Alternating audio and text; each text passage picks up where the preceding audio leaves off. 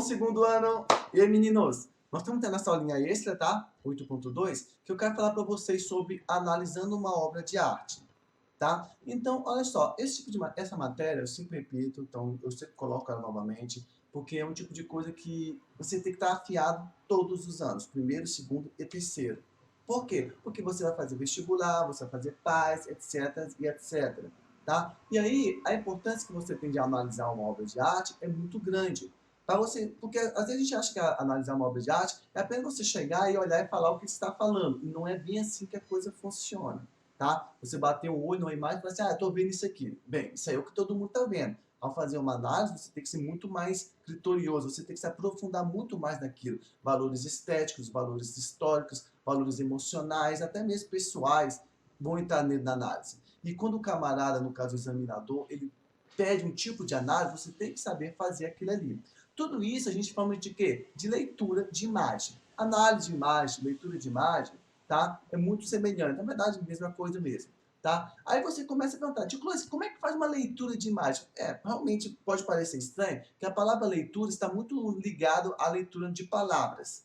Tá? Quando você fala leitura, você já imagina que é um bocado de letras que juntadas vão lá no sílabas, juntadas para uma palavra, que juntam uma frase, texto, até por aí vai. Sabe? Aí você associando a isso. No caso da leitura de imagem, é muito parecido, só que obviamente não possui letra, mas você vai ter que saber decodificar, juntar os elementos que o artista colocou na obra para poder fazer a leitura. Ou seja, você tem que usar os pré-requisitos que ele deu, os insumos que ele passou, para você fazer aquela leitura. Obviamente, gente, que ao fazer a leitura de imagem, você vai ter que ter alguns pré-requisitos. Tá? Da mesma forma que para você ler um livro, você tem que ter um pré-requisito. Qual? Ser alfabetizado naquela língua.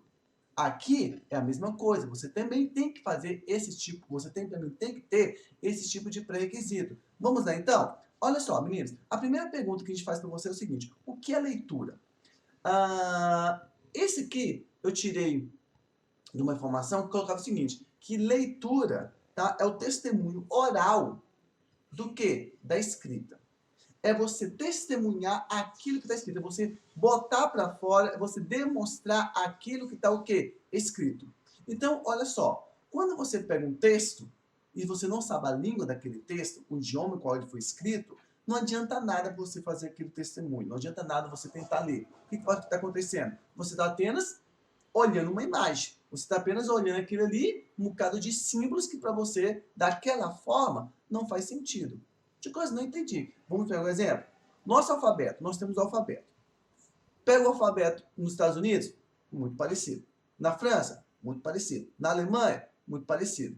Uma ou outra diferença, mas no geral são parecidos. Só que a forma que eles organizam o alfabeto nas palavras e a forma que você faz a leitura oral das letras naquele país ou naqueles países são diferentes daquilo que a gente tem aqui.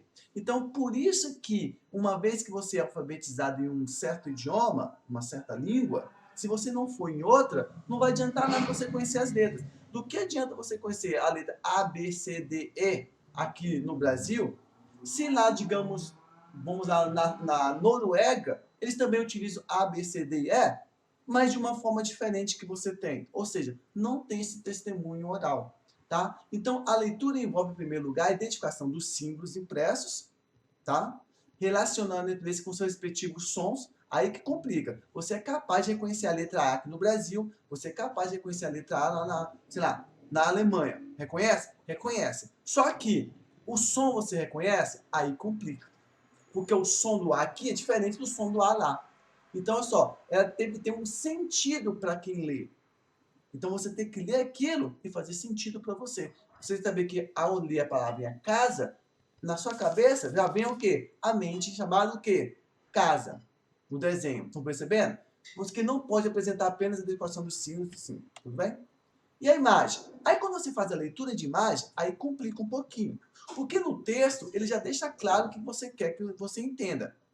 Entendeu? Na imagem, você bate o olho e você fala, ah, eu entendi. Ok, você entendeu porque ela é bem direta. Bateu o olho, tá ali para você. Mas a pergunta é, será que é aquilo que você está vendo? Será que é aquilo? Estão vendo a dificuldade? Por exemplo, essa imagem que vocês estão vendo aí, de uma forma direta, eu posso dizer que está tendo um camarada que está aqui com a sua namoradinha, só que ao mesmo tempo ele está o quê? Segurando a mão da amiga dela. Aí você pode ter várias e várias interpretações, não é mesmo? Pode. Mas olha só, digamos que esses dois sejam irmãos. Ele está segurando aqui a mão da irmã e fala, obrigado por ter me apresentado ela. Tá vendo a diferença? Então, o que é isso? É porque você está colocando um juízo de valor aqui. Você está colocando, segundo ano, nesse caso, o quê? Você está colocando uma interpretação pessoal. Se fosse uma leitura de imagem pessoal, você pode colocar isso. Mas se o camarada estiver pedindo essa leitura de imagem pessoal, se ele estiver colocando, eu quero uma leitura de imagem objetiva, aí você tem que ter muito pré-requisito. E se você não souber, você não vai fazer essa leitura de imagem. Estão percebendo? Então, olha só, ao lermos um texto, muitas vezes não nos damos a importância às imagens que ele apresenta. Ao contrário do que pensamos, essas são meramente ilustrativas, por trás de informações importantes acerca do assunto abordado. Tudo bem, então? Passando. Só que aí, olha só, na verdade, a leitura de imagem faz parte de nossa vida, nossas vidas. Quando olhamos um quadro, tentamos imaginar o que o pintor retratou ali. Olha só, tentamos imaginar. O que é isso? Aí você está tentando fazer uma coisa subjetiva. Tá? Só que deveria ser o quê? Objetiva. Porque no momento que você coloca o que foi que o autor quis dizer, aí é uma leitura objetiva, porque você não tá, você está isentando a sua opinião. Agora, quando você coloca, eu acho que isso quer dizer isso, aquilo, aquilo, é uma interpretação o quê? Subjetiva. Deixa que daqui a pouco a gente vai lá para frente e entende um pouquinho mais, tudo bem? Retratou ali, a época do mesmo. Por isso que eu sempre falo para vocês, ó, gente, arte. Você não entende arte se você não entender história. É por isso que o nome chama de história pela arte. Vocês estão percebendo? Porque se você não tiver o conhecimento histórico da época do autor, vai passar batido. Você vai começar a querer chegar em subjetivismo da sua época. Tá? O que eu disse sempre para vocês? Gente, não adianta você fazer um julgamento, da época lá do passado em cima do que você tem hoje. Não funciona dessa forma. Não funciona dessa forma. A coisa vai ficar estranha. Imagina só, nós estamos em 2020, daqui 2220, 200 anos, 2220. Aí chega um camarada, ele pega o que você fez e fala, você fez, aquele camarada lá fez tudo errado por causa disso, porque ele não sabia disso, não sabia daquilo. Poxa, é justo? Não é justo. Não é justo você chegar numa pintura do século XII e falar que o cara fez totalmente errado em cima do que você tem hoje. Estão percebendo a lógica? Então, por isso que a gente fala, quando você for fazer uma análise objetiva de uma pintura de obra, de arte, tá? Você tem que fazer embasado no que era possível o artista fazer naquela época. O Santos Dumont fez um avião errado porque não tem isso. Óbvio, na época não tinha como. Estão percebendo? Então, olha só, continuando. Avaliamos suas características gerais individuais, sejam elas de objetos, paisagens, pessoas, animais, alimentos, etc. Desta forma, identificamos os elementos ali presentes. Se estão vivos ou mortos, se estão estáticos ou se movem, conseguindo até mesmo imaginar o que as pessoas conversam. Então, por exemplo, olha essa imagem aqui. Essa ilustração que eu tirei de uma camada chamada Arthur Despins, um francês. Então, olha que interessante. É uma festa. Eu sei que é uma festa porque eu já li o texto. Pela roupa desse camarada, eu sei que é uma roupa que pode estar passando mais ou menos no século, sei lá, 1700, alguma coisa assim do tipo. Tá? Só que tem um elemento aí que fala que não está passando. Qual? O óculos dele. Ele está usando uma roupa, uma peruca, tá? Essa maquiagem tradicional da época. Tudo nos leva a crer que seria alguma coisa da época. Só que o próprio óculos dele já demonstra o quê? Que não é daquela época. Sabe? Ele está apenas fantasiando de um período. Da mesma forma, a mocinha. Tá? É uma menina que está com essa roupa aí, mas, tipo, não condiz com a roupa que ele está dizendo. E o que eles estão conversando? Aí pode dizer muita coisa. A posição do olho dele está indicando que ele está realmente interessado. A posição do corpo dele, a forma que ela está falando, de uma forma rindo. Ela não está sendo cínica, dá para parecer que está sendo bem, assim, engraçada, etc, etc. Então, tudo isso é em cima de o quê? De uma análise, que ela pode ser objetiva, subjetiva ou técnica. Aí depende, tá? Aí você pergunta, como é que eu começo a fazer uma análise? Como é que eu faço uma leitura de imagem? Gente, A forma básica é responder primeiramente isso aí. Só que isso aqui é uma forma bem assim, bate-bate mesmo. Então, o que nós queremos é uma análise mais profunda, que daqui a pouco nós iremos ver. Então, olha só, o que mostra a imagem, de que época ela foi feita e como era aquela época. Por isso que eu disse a vocês, tem que conhecer história. Arte e história estão extremamente ligados. Fez outros trabalhos? Por que fez outros trabalhos, professor? Para você ver se aquilo é uma linguagem muito comum do artista ou é algo que momentaneamente ele passou. Tá entendendo? O que pode relacionar aquela imagem com os dias atuais, aí tem um grande valor, porque você está atualizando a imagem. Ah, mas você disse que não pode comparar. Opa, opa, opa. Eu disse que você não pode fazer julgamentos daquela época, digamos, em cima disso. Mas eu estou pegando uma imagem daquela época e trazendo para cá e ver se aquilo é válido. Estão vendo a diferença? Uma coisa é eu chegar e falar, chegar num camada que nasceu num, sei lá, no ano 600 antes de Cristo, depois de Cristo, e falar assim, por que você não vai de avião? Por que ele não foi de avião? Óbvio, não tinha como. Agora, por exemplo, uma outra coisa é eu pegar o que ele utilizava naquela época e trazer para os dias de hoje. E perguntar, é possível utilizar a técnica dele hoje? Ainda é válido? Faz sentido o que ele falou no passado? Tá entendendo? E aí sim tem o valor da obra de arte, para mostrar se ela é antemporal ou não. Tá? Quais são os detalhes da obra? Aí são as partes técnicas, tá? Formal mesmo. Quer dizer, a pincelada, o tipo de cor, a técnica, o tamanho, composição geral, etc, etc. Tudo bem? Isso é tudo interpretação. Olha só, aí algumas imagens são fáceis de fazer a leitura, outras não. Então, por exemplo, aqui é o Pato Donald, bem direto, o Pato Donald é um pato aí meio que esquizofrênico, meu voltado, e aí temos a imagem dele. Bate o olho e você vê. Aqui é uma menininha tocando violão, tudo bem? Então, tá aí. As outras já começam a ficar um pouquinho complicada. Ali, ó, tem dois gurizinhos brigando, nós não sabemos por quê, sabemos apenas que eles estão brigando. Aí você pergunta por que eles brigaram. Aí você pode fazer a briga é justa. Onde é que eles estavam brigando? Possivelmente na escola, por causa da mochila. Tem uma flauta aqui no lado, o outro não tem flauta. Então, tem várias e várias coisas que nós podemos deduzir. Tá? Aí, como eu disse, tem uma análise objetiva, tem uma análise subjetiva e análise técnica, que é formal. Tá? Essas outras ali já é um pouquinho mais complicada. Ó, essa aqui é um pouco mais artística, ilustração. Essa aqui é expressionismo alemão, então você já tem que entender o que foi, para você saber o que significa esses pontos. Tá? Esse aqui é Ginger, tá? Também alemão. Ele tem todas essas características, se você Segunda Guerra também, tá?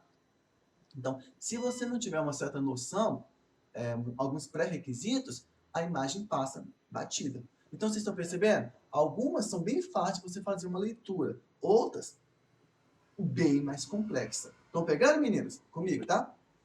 Então, por exemplo, essa aí, ó. Caravaggio. Para quem já estudou barroco, tá? Aí, ó. O Caravaggio aí. Tá?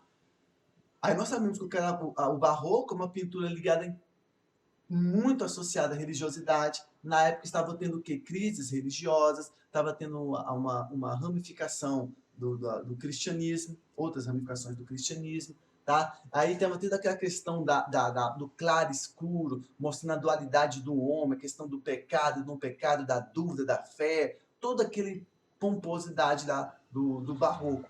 Estão percebendo? Aí, como é que você vai fazer essa leitura de imagem se você não tiver o conhecimento histórico da época? Como é que você vai ter uma leitura de imagem se você não conhecer quais os valores daquele momento? Por que ele pintou isso? Aí, hoje em dia, será que é válido pintar isso? Será que vai ter o mesmo efeito? Se hoje eu fazer uma pintura barroca, será que vai ter o mesmo efeito que teve no homem naquele período com hoje? Eu acho que não, não vai ter. Porque essa pintura, naquele período, refletia o emocional da época, o que as pessoas estavam vivendo na época.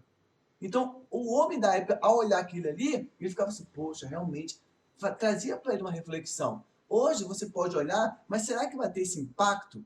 Será que teria esse impacto reflexivo? Ou você ficaria apenas, olha, nossa, o cara desenha muito bem, olha só, olha como é que ele dá cana, como ele utilizou a luz e a sol. Mas por que está tudo escuro desse jeito? Será que o homem hoje teria esse tipo de intimidade com essa pintura? Então, tudo isso são questões que são válidas, que são levadas em conta onde? Na leitura de imagem. Tudo bem? Olha essa aí que interessante.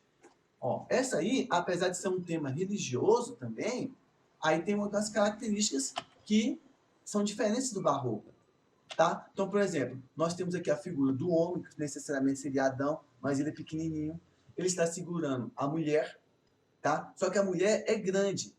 tá? E olha só, olha como é que ela está segurando aqui a árvore, que seria, imagina a árvore do fruto proibido, a representação aqui da maçã. Olha, tá segurando firme e forte. Tem a serpente aqui, ó. Serpente. Olha o tanto de maçãs que estão comidas aqui embaixo. Tá vendo? Olha o tanto de maçãs que estão comidas aqui embaixo. Tá? Ou seja, o pecado rolou solto aí. Tá? Estão percebendo como que o sexo dos dois estão escondidos? Ó, enquanto o homem aqui, ó, ele tá com a região pubiana dele é escondida por meio da mão, aqui o da mulher, ela colocou o quê? O artista colocou uma flor. Vou botar uma vegetação local. Então tem todo esse tipo de interpretação. Estão vendo a lógica?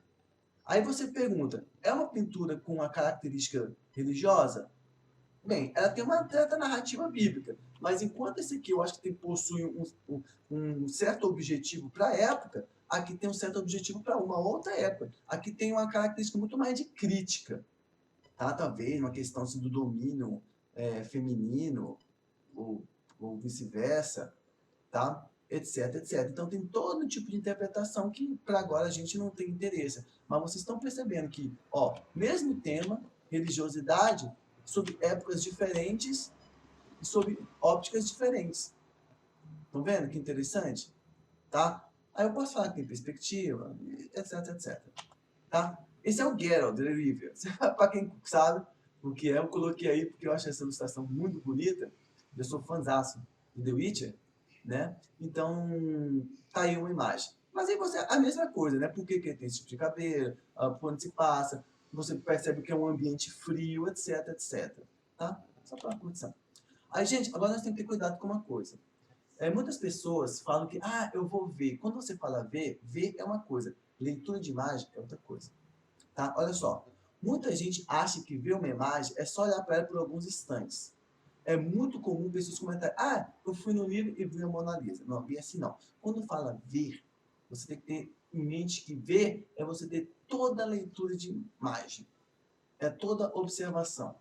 Então, olha só. Ler uma obra de arte é tirar de sua imobilidade para devolver sua pulsação. É deixá-la ser, na sua realidade, envolvendo-a com o nosso eu mais íntimo. Então, qual o significado que tem para você uma Mona Lisa hoje? Estão percebendo? Então, ele está dizendo o seguinte, que a obra de arte tem que ter uma intimidade entre você e a pessoa que o pintou. Porque o artista, em tese, nessas obras mais antigas, já morreu faz muito tempo. Então ele não está lá, ele não está ali mais para explicar o que ele disse, tá? Mas ele deixou a obra de arte. Então é uma forma dele dizer para você o seguinte, na minha época era desse jeito aqui, estava acontecendo isso, não sei o que, não sei o que. E na sua época hoje? Isso que eu fiz, pintei, ainda faz sentido? Mudou alguma coisa? Estão percebendo? Tem que ter um diálogo entre você e o artista. No caso, a obra de arte, tudo bem? Por esse motivo, cada nova leitura é uma nova interpretação. E são muitas as interpretações possíveis, porque somos diferentes a cada dia. E também somos diferentes uns dos outros. Então, por que, professor? Vamos voltar aqui?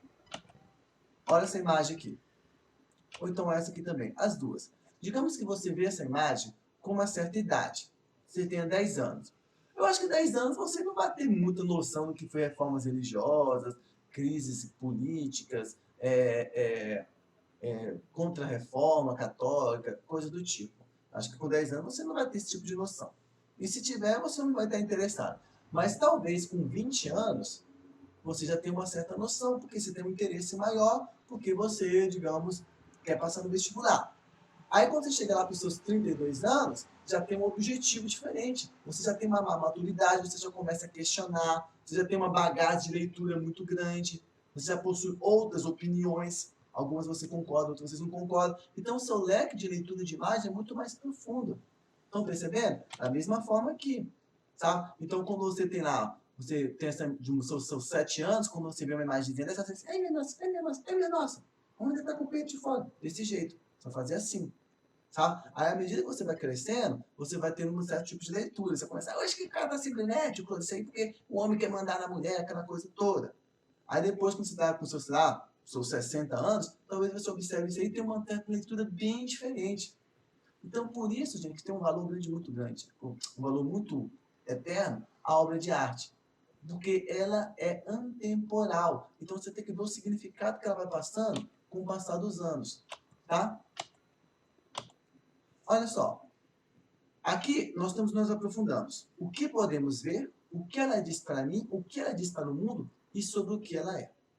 Então, todas essas questões entram na questão subjetiva, na formal e na subjetiva. O que podemos ver é bater o olho e dizer, eu estou vendo isso, eu estou vendo aquilo. O que ela diz para mim é uma questão subjetiva. O artista, o questionamento, ele acaba levando em conta o que você tem de importante para você com a pintura. O que ela diz para o mundo, aí já é um outro valor. Tá? Porque você tem que sair do seu opinativo e tem que começar a entender o que tem de importante acontecendo no mundo hoje. E sobre o que? Aí tem que ter um valor histórico. Você não pode ficar inventando. É o que ela fala, diretamente, o objetivo. Ela está falando sobre o quê? É sobre isso. Então é isso. Estão entendendo? Então, quando você pega um texto, aí eu pergunto, infere-se no texto que? Deduz-se do texto que? Estão vendo a diferença? Tá? Então, por exemplo, olha só, essa pintura, eu acho ela lindíssima, gente, lindíssima, lindíssima. Eu queria ter essa pintura assim, grandona, tá? Eu acho essa mulher linda. Então, olha só, vamos ver alguma coisa simples, vamos lá. O que podemos ver? Bem, o que nós podemos ver? Bem, nós podemos ver uma jovem mulher, tá? Ela está num vestido branco, tá? Está sentada numa posição que me parece bastante confortável. Existem alguns jornais aí que talvez para não seja sujar, né? Ela possui um chapéu. Ao que parece, que podemos ver, é uma mulher que tem uma certa qualidade de vida, porque essas roupas me parecem uma roupa assim, bem de um custo grande. Tá? Ao lado dela está uma menina, que eu não sei dizer se é filha ou é irmã. Eu chutaria que seria irmã, tá? Uma irmã mais jovem, coisa do tipo. Essa menininha tem um violino ali do lado dela, ela está brincando com as flores, tá? Na verdade, tem todo um ambiente florido em volta, né? Ou seja, isso aí nós podemos ficar horas e horas falando que nós podemos ver. E tem algo direto. O que você pode ver é isso, não é mesmo? Ótimo. Agora, o que ela diz para mim? Aqui já não é tão objetivo. Estão vendo? O que ela diz para mim é já algo subjetivo. Aí eu tenho que explicar. Para mim, eu posso dizer que tá, essa mulher está atenta a alguma coisa enquanto a menina está um pouco descontraída. Tá? Eu posso dizer que é um dia feliz, que tem uma certa brisa. Eu posso dizer que essa mulher tem uma característica romântica ou decidida. Ou seja, eu tenho que justificar tudo aquilo que, para mim, a pintura diz. Para mim, como indivíduo. Talvez para você não faça sentido, mas para mim faça. Aí eu tenho que justificar. Vocês estão percebendo, então, ó, que o que podemos ver é uma análise objetiva, ó, você pode ver isso, é o que está aqui. O que ela diz para mim é uma análise subjetiva. O que ela diz para o mundo, aí já é uma análise subjetiva de uma forma maior. Aí você tem que não apenas englobar o que você diz, mas o que será que o mundo acharia dessa pintura? Talvez é que a gente tem que parar para apreciar as coisas boas no mundo, tem que parar para respirar, que a gente tem que pensar que nós fazemos parte da natureza, sabe? E que as coisas belas no mundo têm que ser vistas com calma. Então tem toda uma justificativa aí para o mundo. Então, estão percebendo? Então nós temos aqui uma análise o quê? Subjetiva. O que ela diz para mim? Subjetiva. O que ela diz para o mundo? Subjetivo. O que podemos ver? Objetiva. E é sobre o quê? Objetivo de novo. Aí você tem que bater o olho e falar, ela diz sobre isso. Aí você tem que conhecer de pintura. Então eu sei que isso aqui é impressionismo. Por causa da pincelada, por causa da questão da cor, a forma da luminosidade, como é que trabalha a luz e a sombra. Então tem várias características que eu sei dizer que ela é o quê? Impressionista. Então, quer dizer o quê? É sobre o quê? Impressionismo. Aí tem toda a narrativa, claro que eu vou falar isso aqui agora. Tá? Mas então vocês estão percebendo, gente, que quando entra a questão subjetiva, é algo mais opinativo, mais livre de interpretação, e quando entra algo objetivo, você tem que conhecer a parte histórica e você tem que conhecer o artista. Ou seja, não adianta você inventar. Ele fazia isso ou não? Então, quando eu pergunto, na visão sobre objetiva sobre a obra, é possível dizer, então, que existe uma crise religiosa aqui? Não estava possível dizer. Talvez, se fosse uma análise subjetiva, eu poderia dizer isso, porque o branco pode ter tanta espiritualidade. Mas como é uma análise objetiva, e o objetivo diz, eu sei que era impressionismo, então não dá para dizer que é crise religiosa, porque isso é característica do barroco. Então vocês estão percebendo, gente? Não é tão simples a leitura de imagem. Tem que ter o quê? Muito embasamento. Tem que ter embasamento. Então, quais são os tipos de análise? Formal, subjetiva e objetiva. Já sabe. Objetiva é aquilo que ela é. Você não inventa nada. Você tem que ter conhecimento histórico, você tem que conhecer o artista, você tem que conhecer o momento econômico, político, social daquela época, para você saber responder as perguntas objetivas em cima do quê? Da imagem. A subjetiva é o que aquela imagem diz para você ou para o mundo. Aí você pode associar à sua vivência, você pode tentar trazer aquela imagem para a sua época e ver se ainda faz sentido. Ou seja, tem toda a questão mais solta, uma liberdade maior para você responder. E a análise formal, gente, não adianta. A análise formal é técnica. Utilizou a cotal, a composição centralizada, ele possui uma pincelada curta, luminosidade, ou seja, é a parte técnica. Tudo bem? Então, olha só, o que diz cada um? É isso aí, objetiva, baseada em estudos, influências, inovações, contexto histórico da época. Então, tudo isso aí é objetivo. Gente, não adianta. A objetiva é o que você estuda mais. É o que realmente você tem que ter uma carga de leitura. A subjetiva, experiências pessoais, empíricas, influências, a obra de arte atualmente. É você pegar aquela obra de arte e trazer para hoje e debater sobre isso, da importância dela hoje. E a formal é a parte técnica. Traços, cores, elementos visuais, composição, figuras, etc, etc. Estão percebendo, gente? Então, tudo isso aí é as três formas de análise. Tá? Análise objetiva, análise subjetiva e análise formal. E qual é que cobra? Gente, cada vestibular é um vestibular, óbvio. A UNB gosta muito da análise subjetiva.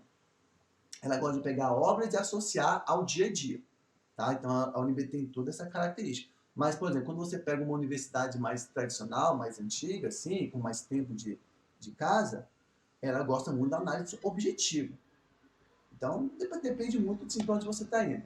Então, esse aqui, ó, por exemplo, nós sabemos que é Renascimento, nós sabemos que é período começo da idade, final da Idade Média, começo do Renascimento.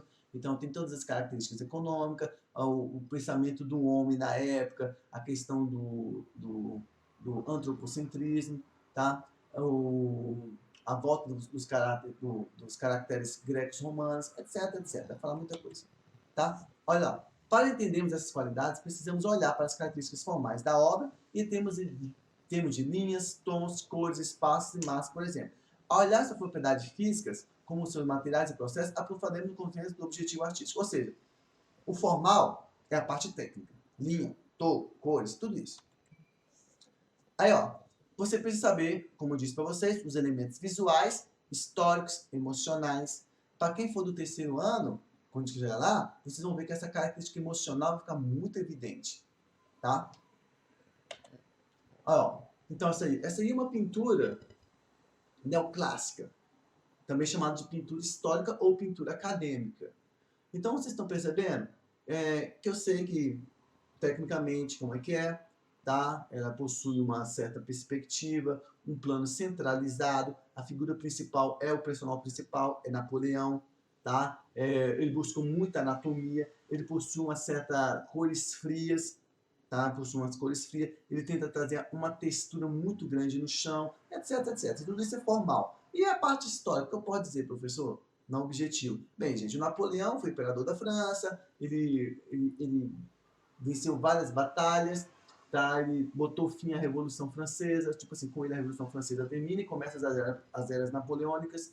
E isso aí, ao que parece, é uma das marchas deles, eu suponho que seja lá para a invasão da Rússia, ou que seria a Rússia da época, tá? E aí tem a neve, e ele acaba perdendo, tá? Ou seja, tem que testar um pouco a história do Napoleão, para a gente ter um conhecimento mais preciso, tá? Então essa seria o quê? Análise objetiva. E análise subjetiva? Aí eu me pergunto, será que hoje em dia algumas pessoas não têm crise de Napoleão? sabe, aqueles pseudônimos assim, ele é pequenininho, mas quer fazer algo grande, quer conquistar, e tá levando as pessoas para aquilo. Tá? Será que hoje em dia não tem essas pessoas que estão egomaníacas, achando que é o rei daí, que é capaz de conquistar tudo? Estão percebendo? Então, tudo isso aí, será que hoje em dia não tem pessoas que ficam seguindo cegamente, mesmo sabendo que não tem como vencer, estão seguindo aquilo dar certo, cegamente outras pessoas? Tá? Então, isso aí é a minha análise subjetiva. Eu estou tentando trazer aquela imagem para os dias de hoje. Tudo bem? Ó, os elementos visuais, como eu disse para vocês, é a questão formal também, tá? Estética, época, tudo tipo. Ó, uma obra de arte, qualquer que seja a sua forma, é simultaneamente um testemunho do sentido do belo, seu criador, o que ele julgava ser belo, é um documento histórico, por isso que eu falei estudo histórico, e um diálogo afetivo e intelectual entre a obra de arte e o seu espectador, tá? Ou seja, o artista, ele já morreu, mas ele espera que ele consiga debater com você a época que ele viveu e se o que ele pintou naquela época faz sentido hoje, na época que você está vivendo, tá? Ó, aí nós vimos a análise formal. Dá uma lida aí, né? Formal, profundidade, cores, ritmos, equilíbrio, simetria, assimetria, tá? Então isso aí é Botero. Botero pode ser uma análise formal, subjetiva, tá? Objetiva também. Tudo isso aí. Isso aí ele tenta desconstruir o padrão de beleza, que é aquele padrão mais clássico que nós temos, tá? Turminha feliz? Com isso, segundo ano, nós terminamos essa analisando uma obra de arte e leitura de imagem. Tá bom? Então, gente, é importante que vocês sempre o façam. Ano que vem, de novo, vou fazer outra análise de código com vocês. Tá? Então, analise. Agora vocês estão tendo um pré-requisito. Pegue isso aí, anote, assista o vídeo novamente, tenta fazer alguma leitura de imagem, você vê que a coisa vai ficando mais forte, tudo bem? Então, eu espero que vocês tenham gostado dessa aulinha extra. Turminha feliz, novamente, desejo o melhor sempre a cada um de vocês. Foi um prazer, fico a paz do céu e até semana que vem. Até mais, gurizada feliz!